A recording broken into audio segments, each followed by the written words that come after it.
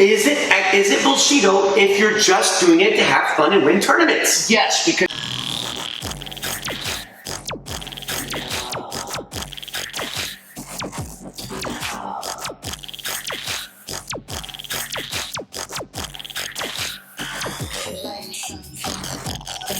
So today's video is going to be about Bullshido. Okay? So, what are you doing? What do you guys think is Bullshido? To me, Bullshido is anything that can't be sparred or done in non-compliance. So if you show me something or you show a move, and the move is basically like untestable in a non-compliant situation, then it starts to get into really wishy-washy territory. all right, hang on. We all know Sewanagi, the shoulder throw, works. Mm-hmm. We know that in the 1800s, Kano changed the arm position from here to here. Mm-hmm. And we can just physics. We understand if you throw Sewanagi like this, you're going to dislocate that arm. Right. This cannot be tested under pressure. Right. This can. So which one are we saying that this, which we cannot test under pressure, is Bullshido? we're getting there. So because you can throw like a normal, like you can modify the throw and perform the throw, that makes it not Bullshido. Because you can do it in randori, you can land it. Okay. But if you say, I can't do this throw no matter where your arm is, because I will hurt you, and it's too dangerous, then it's like, well, my biggest issue with Bullshido isn't so much that people are having fun or whatever, it's that they make the claims with such assertions with no evidence. So when they say like, I would just eye poke you and kick you in the knee, yeah, okay, that works. If you poke me in the eye, we're good, like we're done. You kick me in the knee and my knee bends backwards, yeah, we're good and we're done. But to try and practice that, you won't be running a training partners like you said earlier today during your section. So, but we can modify that. I can jab, and I can throw my side kick to the thigh, and that's close, but it's not still Bullshido. When we say Here comes Grumman and Grove. no, it's good. No, it's good. When you say something like, okay, if I do this move, I can't do it, I can't test it, I can't land it in sparring, I can't do that, but if I do it, you're going to die. And then you're like, well, cool, but you can't test it against non-compliance. Are you sure you can actually land it? There's no confidence behind it. I would also say that the absolutists are Bullshido, like you, not to pick on you, but you just said we understand thumb in the eye as a fight ender. Well, no, it's not. Well, no, there are, so I got a lot of flack from my videos saying, because I made a whole video saying that it's not a fight ender. Okay. And people were like, you're wrong, you've never been poked in the eye. And I'm like, thanks for assuming my entire life I've never been poked in the eye. But you did not get to meet Randy King, but you've met Randy. Yes. And one of his favorite stories is when he was bouncing. Oh, yeah. He was taught nuclear options, thumb in the eye, and he is losing a fight epically. Mm-hmm. And so he went nuclear option, thumb in the eye, and the poor sap that he was fighting was on something intense. Yeah. And the guy leaned into it and screamed like a banshee, and he didn't know what to do. That was like his first instance of dealing with a freeze. Yes. And he's like, if he didn't have buddies, somebody he would not be here today to teach self-defense, because right. Nuclear option was not nuclear. Yeah, and there's actually a really good video. I don't know if I want to personally test it, but if I'm going to put you in an RNC. Okay. And you take your thumbs. Oh, the eye thing? And then... Well, can I put my head down into your forearm and have it, actually not too? Yeah. Well, I watched them recently test it. It's like, okay, I can poke my eyes out while I choke you. Right. And he's like, just close your eyes. I mean, not just like close your eyes, but like close your eyes. And like when you do that and you push and push, like... Right. Well, and I it's think okay. You and I talked about it. It's in Boss Ruben's video. He's like, you start poking my eyes, I'm just gonna crank the crap out of it. So it's like... So like, and that was my whole kind of like touching it. Like when I say like eye jabs don't, if I say eye jabs don't end fights, people get mad. But if I say they do end fights, people get mad. So I say they might work.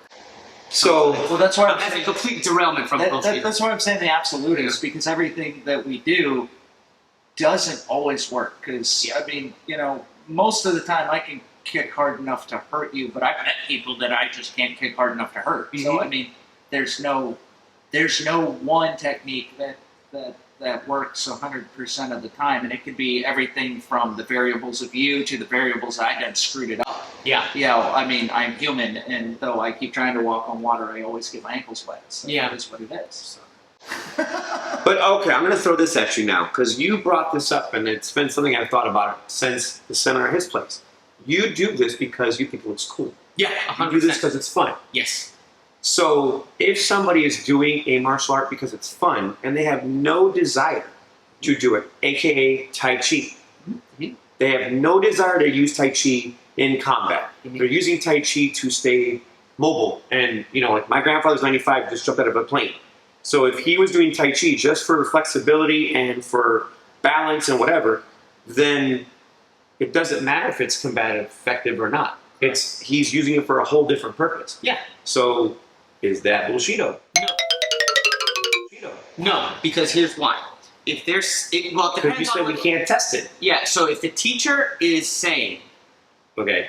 this is self-defense, it's Bullshido. Okay. If So the teacher says, we're doing this because we're cultural preservation, historical preservation, keep the body moving, it's fun, I like LARPing or make-believe, like, if it's like that, then it's not Bullshido because the instructor is setting the expectations like, we're doing Tai Chi because this is really good for our hips. But the opposite of that is how many schools out there go, oh yeah, you can use this in a fight, and they're teaching you Olympic Taekwondo where you're 100%. trying to get the crap kicked out So- of you. Trying to do it. So the real claim, if it's Bullshido or not, is what you're claiming it is. Correct. It's not the art. Yes. Correct. So Aikido, which is always thrown in there as like one of the worst martial arts forever, but if you're just doing it because you find it fun, Yeah.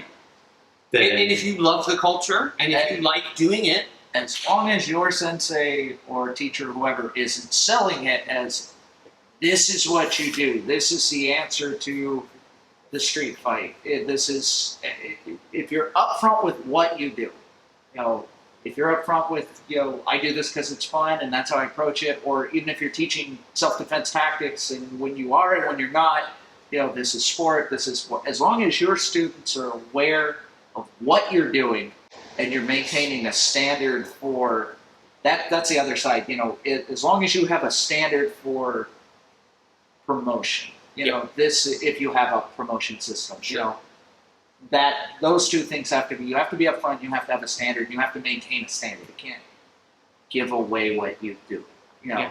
Exactly. And it's really interesting, and I'm not going to necessarily throw this art under the bus, but I had a visitor at my school actually yesterday, and one of his students is competing in Muay Thai, which is a full contact fight that I did back in 2017 or 16, where you can punch, elbow, knee, kick, and you can do takedowns, but you can't do anything on the ground. Okay. So, but everything Like else a is... fight. Yeah, essentially like a fight, like your perfect world, right? You don't have to go down. You're like, haha, stand up, let's fight again. Yeah. But it is full contact with like MMA style gloves. Works for me. what do you use for elbows? Uh, Elbow pad? you have a big old helmet. helmet with a cage mask, Oh, Okay, I see. which is my own. Yeah, that's the only drawback. Because when I first started, I was like, oh, and I dipped when I should have dived. And kick went bang in my sparring, and it was just a full power roundhouse to my noggin. And luckily, it's made of titanium. But it Noggin or my neck guard? Yes. And I took it, and I'm like, wow. And anywho, so this guy came in to test himself against my kickboxers, and his answer to blocking uppercuts was long sow. Okay. And in a full contact sporting environment, Long Sao doesn't work the way it was being shown. Okay. Because it's like if you uppercut me and I go, ha, and then it'll stop it, right? But if I see you start doing that and I start throwing the uppercut harder, so you're coming down, and then I just go, ha, boom, and then you're like this, right? that's when it starts to get really wishy-washy. It's like, well, what are you selling me here? Like, if you're saying Lansao works, right? But then you go against full contact, or like, if it's point kickboxing, I'd probably continue to do that. But it's now full contact. Is this something that continues to work? Or does it have to be modified for self-defense? Or does it become Bullshido? No, because what you're talking about is evolutionary tactics. Like, you did something, and I, on the fly, countered what you're doing. That's fighting. That's high-speed problem solving. That's what we do. You pick a different technique, but I mean, even if I miss here and you stutter it, you know, and come back in, well, that other hand will work. So if Yeah. Lansao is here, Yeah. right, and you stutter it and I miss, well, why can't I come in with the other hand and still? I don't know what Lansao is, but I'm assuming Yeah, it is. it's like a blocking, like a downward block. But I'm going to assume the other hand is still Lansao, yes? The other hand, in my personal opinion, should be Lin Silda, simultaneously having defense. In this instance, it was just. But if I'm just using one, it would still, like, Lansao this and Yeah, you Lansao could that. come on with the other one. Okay. My problem with it is like you mentioned earlier, Josh, it was in absolutes. His coach, the guy who came in, was literally saying, "This is the only way to block uppercuts." Okay. I'm like, Oh, okay. Yeah. and that's all the guy answers. Like, no, this is what we're training specifically. I'm like, if you So- get anybody that knows how to throw an uppercut and actually has any sportive context, they will bait you in. I did it. And like my fighters, they see the uppercut and they're like, "Oh, okay, bang. Oh, okay, bang," and then just right over the top, Right. or right over the top of the leg, and it was just like, "Nah, you can't block an uppercut like that every time. You got to very like, yeah, if you land Lansao da, cool. If you land Lansao and do nothing, and this is your only tactic, and I see it, man, you're gonna pay." So Was this individual a beginner? Was this individual? he was 7 years in. Yeah, and that's what I was like. And I was in the same boat, right? I did Jeet Kune Do and Kali for a long time without sparring, which is not how you're supposed to do it. No. And it's just because I was in an environment that didn't really promote that. As soon as I started sparring and I got my butt handed to me, I was like 4 or 5 years in. Yeah. And so I wasn't a beginner at that point. I was almost an instructor. And I'm like, I got spar? And so I would just get my butt whooped by MMA guys. So a lot of the stuff that I was learning borderline Bullshido because we weren't actually testing. So once I got my school going and everything, it was always like, we always have to test it because I don't want to be associated with that marker. And my goal was never to end up on the dojo line. You heard that, Rob. Yeah, I never want to. Rob, he wants to be on McDojo Life. No, please don't. So do you not accept a student who doesn't want to spar? No, I accept students that want to spar, but I set the expectation that, like, okay, if you don't spar, that's cool. Because I have students in jiu-jitsu that are, like, super nervous about rolling in jiu-jitsu, so I just temper it. I'm like, hey, okay, do just positional movement. Mhm. Yeah. Start in the bottom and get out.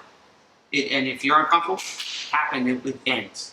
I asked because I've got a couple who cannot spar due to injuries. Like, Yeah. One of my students is a former boxer, and the doctor said, you just can't take shots to the head anymore. So we've had to modify. It's like, so we do a thing called no contact where we work the control. Yeah, it's almost like shadow sparring. Right. Yeah. But I mean, you're still expected to defend the thing coming in. You know, So, not allowed to hit your arm. I think he's not allowed to hit you. I think he's an exception because if he sparred, he's been there. Yeah. He's been hit. He knows how to hit. Oh yeah. So it's like he doesn't need it anymore. Yeah. Like he can learn all these new techniques and you know, probably if worst comes to worst, he'd probably go to his boxing and mix in the new flair. That he's Oh yeah. He does very well. He's got faster hands than I do. Yeah, so his boxing. So that's I think that's rip. I think that's that's an exception to the rule though. Because it's like he already sparred, he knows what's going on. If you have a student coming in with a pre-existing injury that they can't spar, you just set the expectation. Like, yeah, we can do this for fun, but be aware that self-defense might be your Second Amendment. Yeah. Or something like that, right? Makes Like sense. in honesty. And I really try to set that expectation in earnest if I have something with because I have limitations, I have physical limitations. There are certain things like knife fights or things like that, I'm just like, I'm just going to shoot them if I had enough. I don't. My wife does. Everybody's solution to a knife fight. But yeah, not everyone's solution to a knife fight shooting. This should probably be run. So back to your previous guy. So what I was thinking when you guys were kind of going back and forth, there are other options than this. Yeah, that was an option, maybe in the confines and the rule set of your old gym. Yeah. And that's what they did. But you have to be open-minded to say, hey, there are other options. At least in my experience, a lot of people are very close-bubbled. Yes. And they don't want to play outside of their own affiliation or their own school or their own association or whatever. And so then you can get this false sense of security because it's like, well, this is the only way that this can happen. It's like, no, clearly it can happen a different way. So if you get somebody, let's say they play for their local softball league, for their job, they're never going to be in the MLB. No. They play for fun. Yes. And so I was thinking, how is that different for martial arts? I don't do Aikido saying, hey, this is street self-defense 24/7. I just have fun doing it. I think this is really cool. I like seeing how we can make some of the moves work. Do I think all of the moves work? No. Do I think all the moves on Instagram work? No. I think it does have self-defense and street self-defense merit.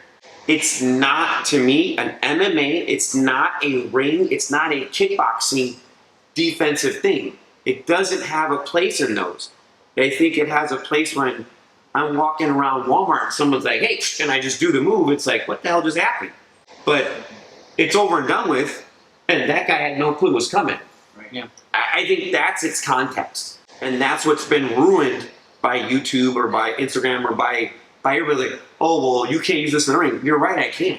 That comes back to, just saying what you're using your art for or what it was designed for.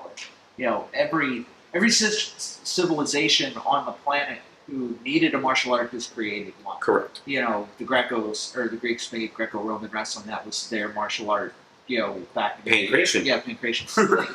Right. So how do you know an art that has that kind of history worked? Well, It survived. it survived, right? People lived to pass it down. Right. The ones that absolutely didn't work under any circumstances got people killed. A lot of it had to change. I mean, we offline had conversations about how I feel that competition has fundamentally destroyed arts. People get mad at me for that. They're like, no, it changed it. And I'm like, I think, well, You're correct. it isn't what it was, therefore it no longer exists in the form it was, so by change, it destroyed what it was. Which is why when I teach karate, I throw extensively because I have a judo background on top of it, but it's like when you know a lot of throws, you study the kata, you'll see a ton of throws, right? Most people, the throw I taught today with Nanachi, I've showed that to a ton of karate people, and they've all gone, I didn't know that was a throw. I thought, it was this and this. And I'm like, well, look at it. It's a takedown. But if you don't know how to do this takedown, you won't see it. Yeah. But karate used to be a close quarters self-defense art, which had joint locks. Right. Like joint locks, throws, punches, kicks, eye gouges. It was a well-rounded art. And then competition turned it into this tip-tap BS game that most people are aware of. And that makes sense, but your karate has sparring, right? Oh yeah, but even the ones that do, I mean, a rule set will change the art. So Yes. if the rule set is first one to touch wins, Right. well, you're going to develop an entirely different karate. Point sparring. Point sparring. Then the hard style. And people are like, I've heard it many times, karate only works in a point fight, and it's like, you're not studying karate, you're studying competition. And those are not the same thing, but too many instructors have come out and go, yeah, just do this. And I'm not saying competitive movements won't work. There are things I will do in competition that will absolutely get me hurt because I'll exploit a rule set. And I think that falls back on what you said, JD, is that they get into their bubble. Yeah. Right? To where, like, okay, now karate versus karate, ooh, we made this a sport. Now it's only karate versus karate. Like an intrinsic problem of some of the Jeet Kune Do people that I know that which continue to spar, thankfully, but they only spar other Jeet Kune Do people. They don't actually spar like a Muay Thai person or a wrestler or whomever. So they get this false sense of security that their art works in a whatever situation, and then you're like, well, no, like no one's gonna pull your punch because you showed your bag, right? They're gonna They're going to blast you. Yeah, and then you're gonna be like, oh, my points. Where's the ref? Where's the ref? I think that's why Gracie did so well in the UFCs at the beginning, is because we had spent so much In time our own bubbles. working from a distance. Most everybody was a striker, and we were really good at that range. We were not used to somebody coming into that bubble. Stephen Thompson does the same thing in karate because nobody understands how he moves. Right. And he's using a lot of sport karate movements. Which I watch him. also Lito Machida. Right. And I watched him fight, and I'm like, yeah, I have an answer for a lot of the stuff he does. And if I trained every day, maybe I'd have a chance. But I teach now. Oh, so no, I'm not saying I could take Steve. You both in Greenville. We got to set this up. I know. Yeah. But he really does use a lot of good sport karate stuff. Yeah. That I mean, he's in another sport. Yeah. So it makes sense. Nobody has an answer for it. Yeah. The only thing I disagree, because I was watching his video with, I think, Kevin Lee, and they're talking about karate, and then right out the gate he teaches the jab cross, which is technically kickboxing or boxing. And it's like, but okay, so We've been stealing shamelessly for years. Like, the round kick doesn't actually exist in karate. It really doesn't. It goes back to competition. Look at every one of our katas, you'll never see a round kick. I don't think I will. Look at you. But every right. karate kata you ever see, front kick, side kick, I would crescent say kick. side kick, yeah. That's it. Right? The round kick is a relatively new thing to karate when we started competing. Why? We stole it from probably Muay Thai, would be my guess. Thai or something. Or Savate or whatever. Or something. Well, no, Taekwondo is a karate style that has evolved, and Taekwondo. that's a whole other history Korea. that people argue. It's Shotokan karate, first and foremost, and then it evolved into what it is today. It's a newer art too. Yeah, 1952. Yeah, Aikido's newer too, which is also why I think it doesn't have that test of time thing. Totally off topic from that. So when was Aikido founded? I want to say it's 1946. Is that late? No way. Pretty sure. So- Ushiba Sensei worked with Kano Sensei. In your wonderful video, link in the card, with Sensei said, you attribute a lot of things to the sword. Yes. 1946, you said? 1876 was the Meiji Restoration where they outlawed all swords. Yeah. That was 50, 60, 70 years. I'm not good at math. So, Okay. so if Aikido is based a lot on these sword movements, Correct. Where did they come from? where did they come from? So as far as, and I had Be to a look whole at, new video. yeah, really. I had to look at my notebook again. If I'm not mistaken, so O Sensei studied 3 different arts: the way of the sword, the way of the spear, and judo.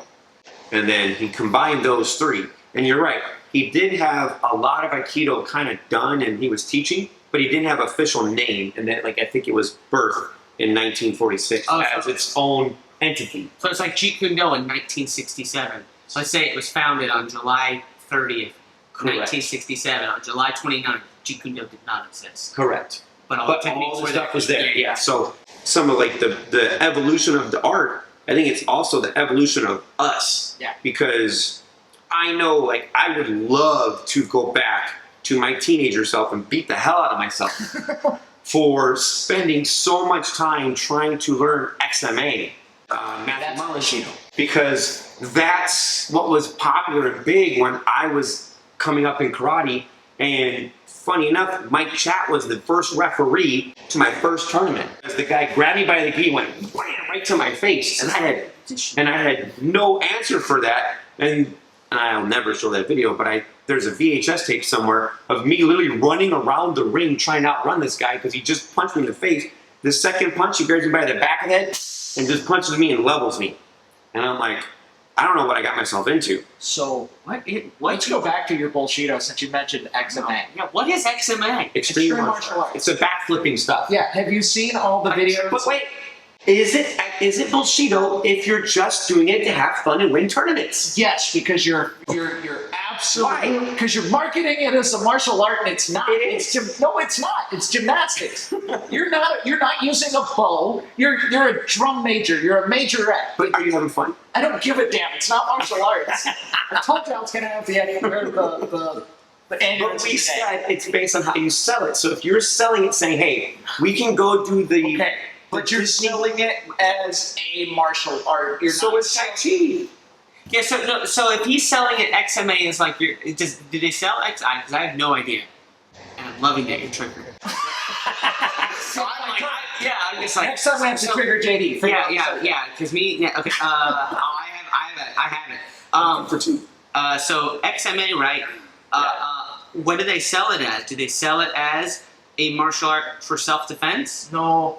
So It's XMA, the general Don't even tricky know part of it, I don't have an issue with, other than the fact that it's more bad gymnastics than it is martial art. So what martial art is in there is usually garbage. It's not. You're not doing good kicks, good punches, whatever. What really triggers me bad is when you put a weapon in your hand, like a sword. And they flip it, twirl it, and whatever. you're flipping, you're twirling. If you had a lightsaber in your damn hand, I'd probably be more happy with it. Yeah. But the fact that you're not doing edge alignment, you're not actually using the weapon as a weapon.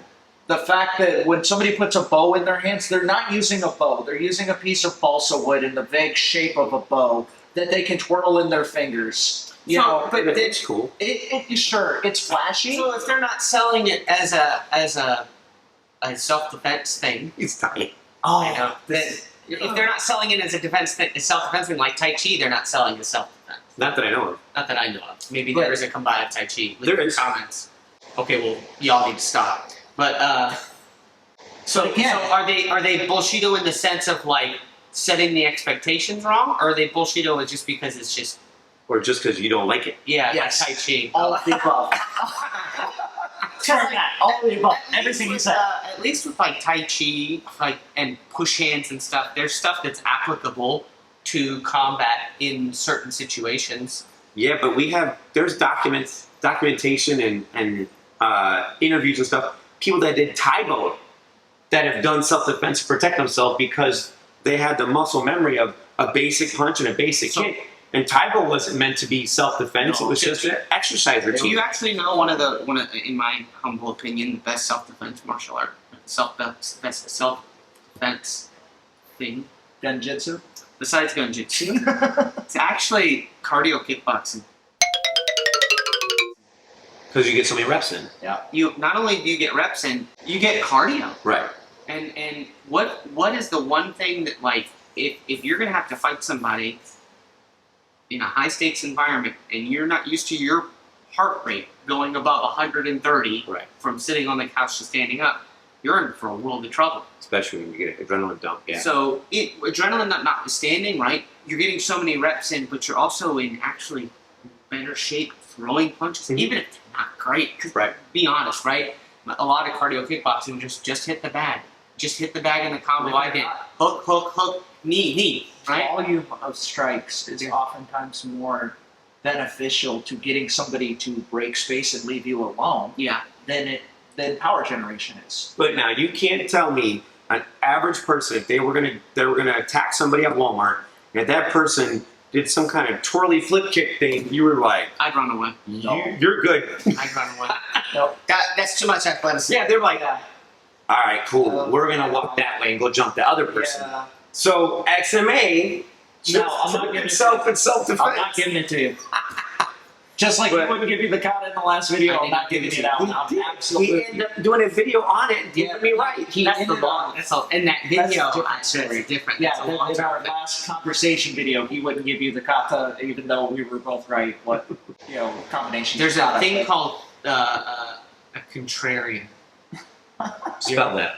Contrarian. CONTRARION, contrarian. And that is basically someone who likes to contradict. Okay. So, like, if you have a point, I'll just be a contrarian Correct. and just say the Devil's opposite. advocate. Yeah, it's a devil's advocate. So sometimes Big maybe, words. listen, I know you went to college. I did. So did I, gotta but use, still. I gotta use a degree every now and again, like Japanese too. But sometimes maybe I like to play the contrarian. Okay. I hate katas, but I like form. What form? One form. Okay. I'll die on that hill. I'll die in the hell. And I got All a lot right, of so we have basically said that Bullshido, I think, in reality, comes down to personal, like what you feel is Bullshido. I had thought a lot about Filipino martial arts being a good self-defense for a long time. And it wasn't until recently when we had talked, and I was like, You're gonna get me in trouble again. I think he's right because the likelihood of me having 2 sticks on me and my opponent having 2 sticks on them is, what are the odds? Very low. Like, until, an EMP blast and we're back to, we're going to donate. We're gonna be way ahead. We're going to be awesome Yeah. at that point. We're preparing for the zombie Like, apocalypse. stick and dagger versus stick and dagger is probably super, super, super unlikely. But it's fun. I enjoy doing it. So I feel it's not Bullshido because I'm not selling it as a martial art, as a self-defense martial art. I'm saying, hey, this is great for hand-eye coordination. This is, it's got some cardio. I don't think it has enough cardio personally. But it's good for like left, right brain. Yeah. It's good for attribute building. It's good for those things. And it's good for you to age in. You can do collie. You till can you're do collie for a long time. You're correct. As long as you wear gloves. Some people whack in the finger all the time. I don't know that problem. Yeah, whatever. I got video proof. Series on YouTube from Lawrence Kenshin who does striking breakdowns. Okay. And he says why Taekwondo not sucks. Why Taekwondo doesn't work in sport. And then he also has why karate works in sport. And Kyokushin is his prime example. But he also notes the same thing you said. Yeah, you can kick to the head, but when in Kyokushin versus Muay Thai, the Muay Thai person accidentally elbowed the guy in the face and the guy shut down. It's like, I'm not used to this. Yeah, if you're not used to it. And same with different styles of karate, because, Shorin will punch you in the face. Yeah, but I think that's what we were just, that's how I think it has to come back. Is Kyokushin versus Kyokushin, their rule set works great. Yeah. In Kyokushin versus a boxer, that first punch to the face is going to be very disruptive. Now, the kicks are probably going to do some damage to the boxer, which, I think it was Rampage, where he literally had to throw the towel because he couldn't walk anymore. Yeah. Because he took too many shots. Bullshido isn't a style. It's more of a how you feel about a style. So you can feel a certain way about Kali, Aikido, Silat, Taekwondo, XMA, you name it. It's all going to be Bullshido if you feel it's Bullshido. But if the person studying it is getting out of it what they wanted, then it's not. The clarification is so long as they are not being sold. All right. Well, cool, guys. I think we got enough there. Cool. Well, you guys know what to do. Hit up Ed's channel, Metrolina Martial Arts. I'm here, of course, Martial Arts Unlimited. These guys are on my channel. You guys are awesome. Stay safe. You know what to do.